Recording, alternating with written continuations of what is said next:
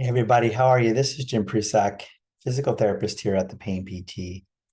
And today we're going to go over the paradox of healing chronic symptoms, the paradox.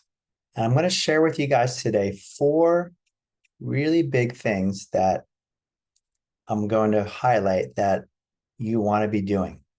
Okay. And as I always tell people, my job as a coach here is to help you identify where you're getting stuck, help you identify in yourself what you're not doing or what you're doing in the opposite way than what we want to be doing. Okay, so paradoxical healing here is that it's the opposite, guys, from what you think. The way we approach these symptoms, these chronic symptoms, is the opposite. It's paradoxical.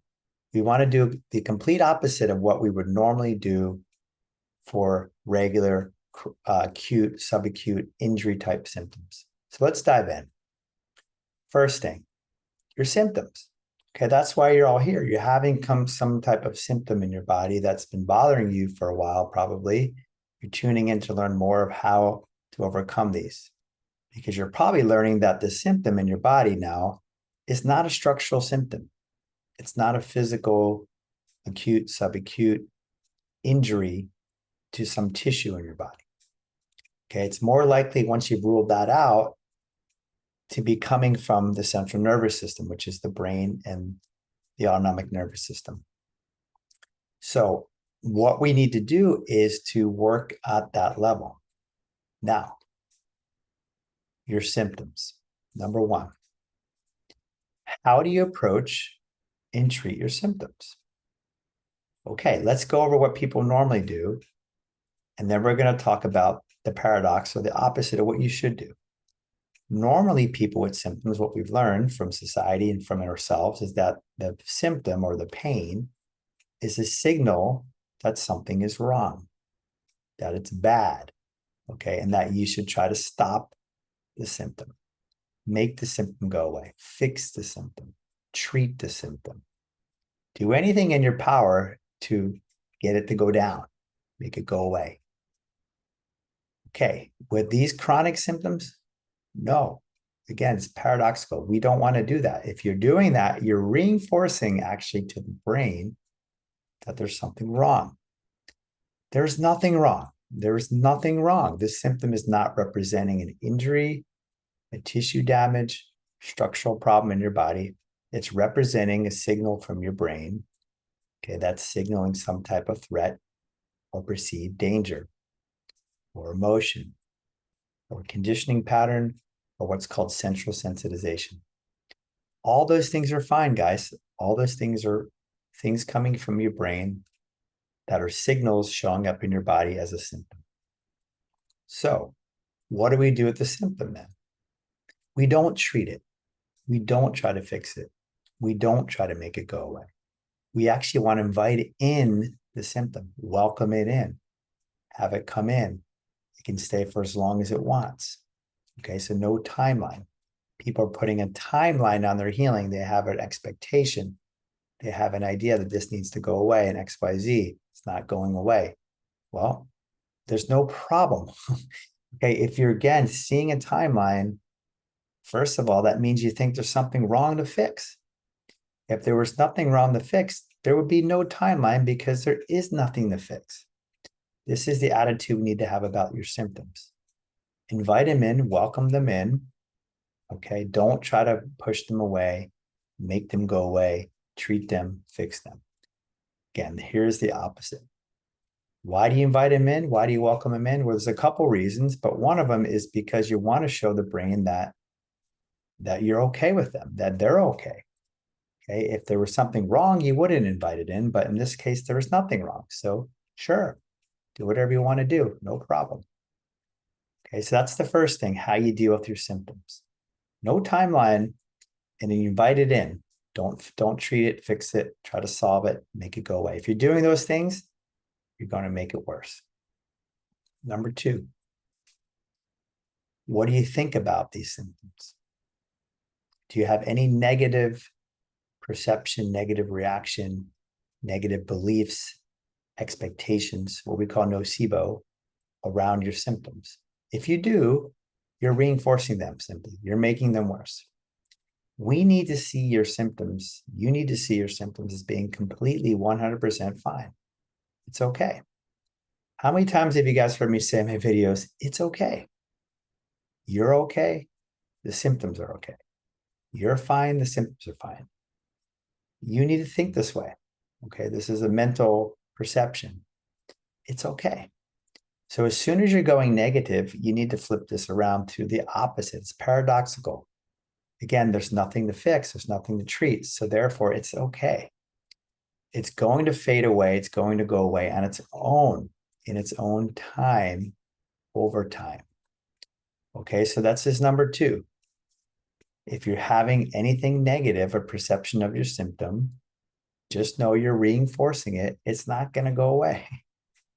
Okay, you need to switch it around to the opposite, that it's fine, it's okay, no big deal, it's all right. Just my brain producing this. It's overblown. Again, what is it? It's an emotion, it's sensitization, it's conditioning, it's learned, it's habitual, or it's some kind of patterning. Okay, so we talked about the symptoms, we talked about your perception of the symptoms. Number 3, emotions, big one, right? Emotions. Dr. Sarno said, hey, these are repressed emotions. These are suppressed emotions in you. And yes, he's right. You can argue the limbic brain is involved here. That is your emotional brain. So what you're feeling in your body may just be emotions coming up, emotional symptoms. They're symptoms, but they're emotional symptoms, not physical symptoms. Physical symptoms come from structural issue in your body. Emotional symptoms come from your brain. Guys, is there anything wrong with emotions? No, of course not. All emotions are okay. We just have to learn how to deal with them. So again, what are you doing on the emotional level? Are you seeing your symptoms as emotions? Are you trying to label what they are, identify what the symptom is emotionally or how it makes you feel emotionally?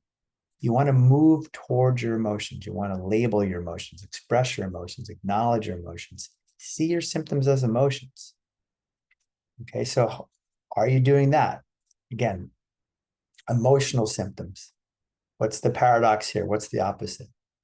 Well, we don't repress our emotions. We want to feel our feelings. That's the same. We want to feel our feelings. We want to express our feelings. So this is the opposite, guys. We move towards emotions, not away from them. We don't avoid emotions. We don't push them down. We don't bottle them up. We don't suppress or repress them anymore. We want to do the opposite. Okay, so that's number 3. Number 4. Now there's more than 4, but we're going to go over these are the 4 main ones. Number 4, behaviors. Your behaviors. This includes your physical activities and your hobbies and your exercises. Normally what we would do if we have a symptom in the body, a physical structural symptom, an injury symptom, is we would avoid, we would pull back, we would not do certain activities because the body needs time to heal. The tissue would need time to heal. And that makes perfect sense. If you're an athlete and you tear your hamstring or you tear your meniscus, you need to stop what you're doing, rest, and let the body heal, and then gradually get back to what you're doing. Now, with these symptoms, remember, guys, with these chronic symptoms that are coming from your brain, not from your body, there's nothing wrong with you. So you avoiding and you pulling back and you resting is actually negatively reinforcing these symptoms now because they're coming from your brain. So avoidance actually is not good anymore. So paradoxically, we need to do the opposite. We need to do more activities. We need to challenge and confront the symptoms and move forward to normalize things. Normalize, that's the key word, normalize movements. Do things that everybody else does, irregardless of the symptoms, right? We're not listening to these symptoms as physical symptoms.